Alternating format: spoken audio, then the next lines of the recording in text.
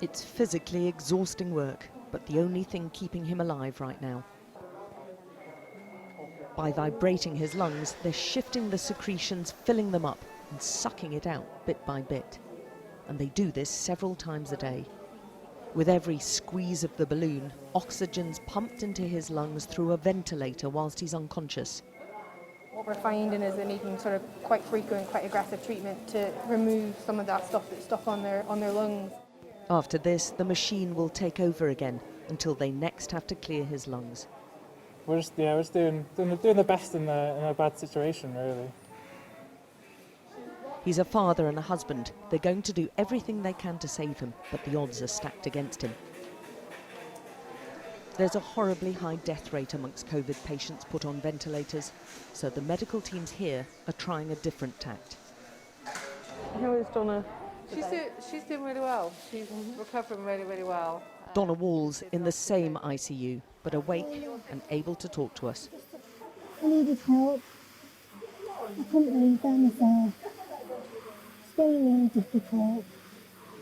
But I'm getting better now. I can feel it's working. You didn't go on a ventilator. You must have been worried about that prospect, I imagine. Yeah. Luckily I've not had to. Just try not to panic. Do what they're telling me to do.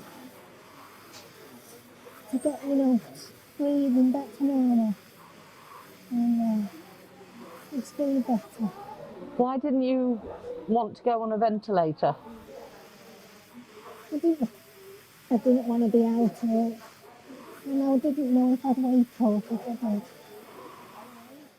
She came here 3 days earlier on her birthday, and she's desperate to live. That's what I want to do. I want to get home to my children. My family. Yeah. So I'm determined. I don't want to be a statistic of this. I want to get home to my children. My family. She's made astonishing progress because of this black box, normally used for sleep disorders. It's modified by the medics here to do the job of a much more expensive CPAP device, a machine which opens up the airways by pumping in oxygen through a face mask, rather than a ventilator tube inserted under anaesthetic. So basically we've got two, because they're meant to be only used for kind of a 12-hour stint, so we swap them between 12-hour shifts just to make sure that battery's okay. It simply gives PEEP. So it gives that, and when the patient breathes out, it basically helps to keep their airways open. Those leaving intensive care who've also been on ventilators are rare. Peter Smith is the exception. Only the second patient to leave the Warrington Hospital ICU after being ventilated in more than 5 weeks. Another incredible success for the ICU, and each one that leaves this area is celebrated wildly. The trick is keeping them away from ICU. Like in so many things in life, prevention is better than the cure. If we can keep them away from a ventilator, that's got to be good news, because as we said, they're so difficult to ventilate.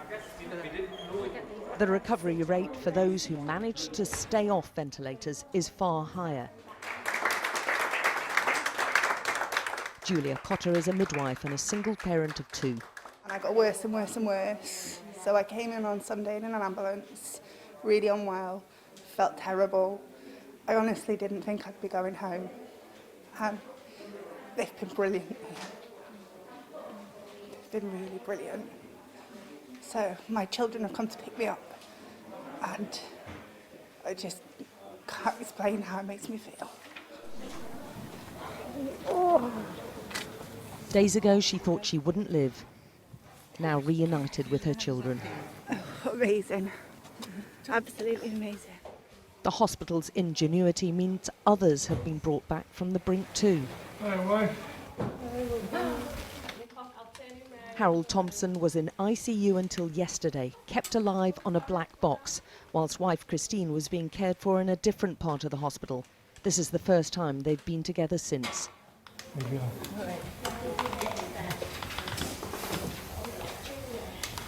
I didn't think I'd be leaving. Really? Yeah. I was that bad. We were both so poorly, we couldn't look after each other at home. And then we just couldn't get downstairs to eat either. Thank you, everyone. The medics believe using the black box has been a game changer for patients here. It is providing a glimmer of hope. Alex Crawford, Sky News, Warrington.